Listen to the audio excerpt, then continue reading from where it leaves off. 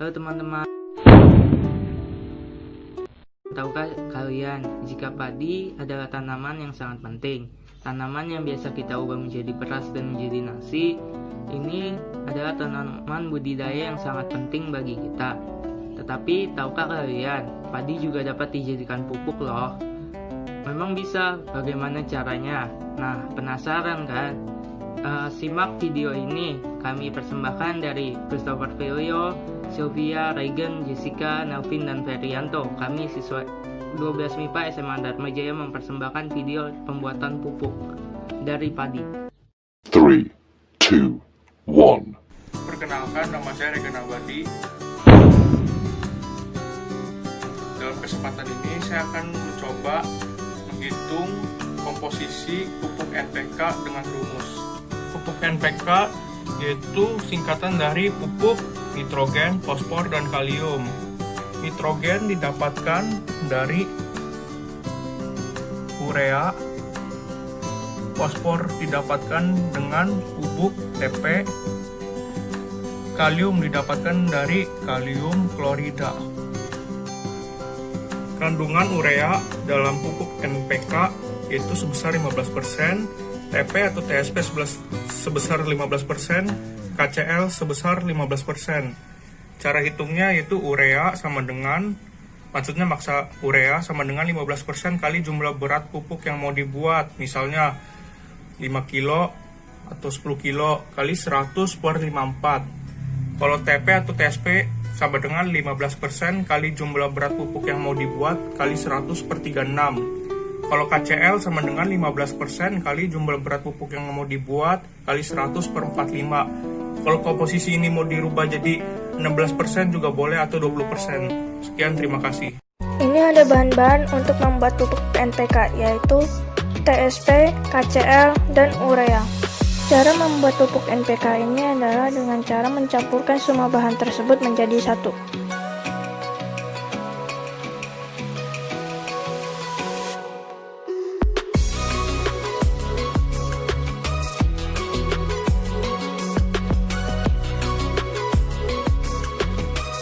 Ini adalah hasil campuran dari bahan-bahan tersebut yang mengandung NPK, nitrogen, fosfor, kalium.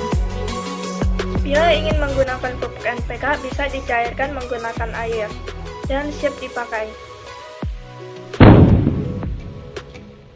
Morfologi pada padi.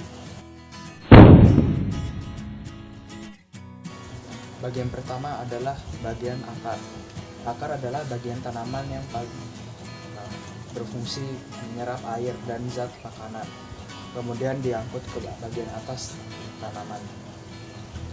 Akar pada padi dibedakan menjadi 4, yaitu bagian radikula, akar serabut, akar rambut, dan akar tajuk. Bagian kedua pada padi adalah bagian batang. Pada bagian batang ini, padi termasuk golongan tumbuhan yang memiliki batang dengan tersusun sebagai beberapa ruas. Ruas-ruas itu adalah bubuk kosong. Bagian ketiga pada padi itu adalah bagian pada daun. Padi termasuk tanaman jenis rerumputan. Pada padi terdapat 3 jenis bagian bentuk daun dan bentuk daun. Yang pertama adalah bentuk helaian daun, kedua adalah pelepah daun atau putih, dan yang ketiga adalah lidah daun. Yang keempat adalah bagian bunga.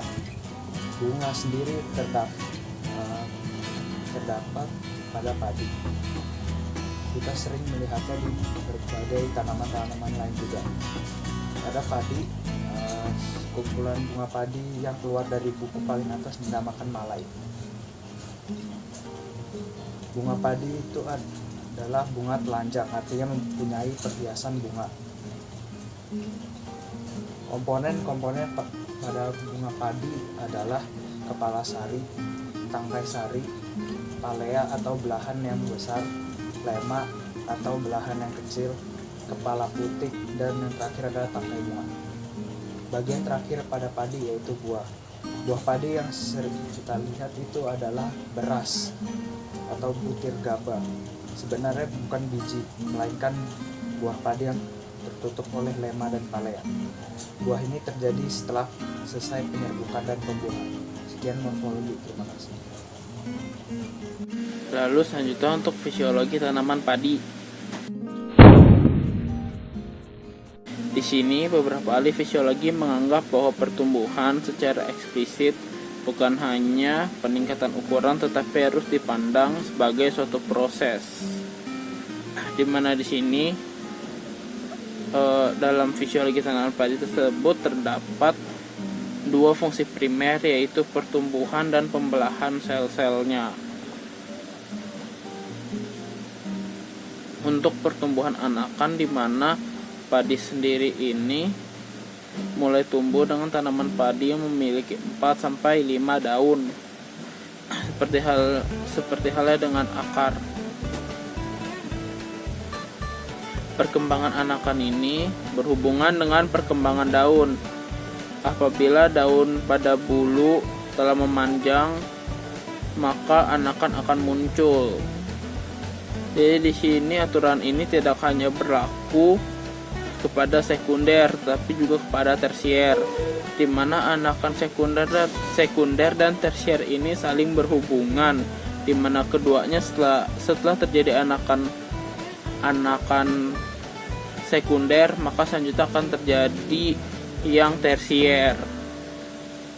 Lalu selanjutnya untuk tinggi tanaman yang tinggi dengan batang yang lemah akan rebah pada masa-masa permulaan tumbuh dan menjadi rebah sama sekali pada pemupukan. Di sini pemupukannya dalam dosis yang tinggi, di mana tingginya tergantung pada kerebahan tanaman itu sendiri. Selanjutnya di dalam malai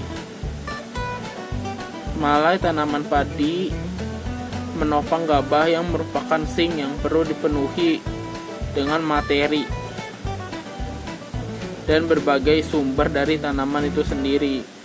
Namun semakin banyak jumlah malai per meter kuadrat, dengan cara meningkatkan populasi tanaman, maka semakin pendek malai yang dihasilkan. Selanjutnya semakin panjang malai rata-rata pertanian padi, semakin banyak jumlah gabah yang dihasilkan. Sekian dari fisiologi tanaman padi. Halo teman-teman, perkenalkan namaku Jessica. Dan hari ini kita akan membahas tentang anatomi padi. Di dalam padi itu terdapat 5 bagian, yaitu mesokotil, scutellum, plumula, coleoptil, dan radikal. Scutellum ini merupakan kotyledon pada tumbuhan monokotil yang memiliki fungsi untuk menyerap makanan endosperma dan diberikan kepada embrio.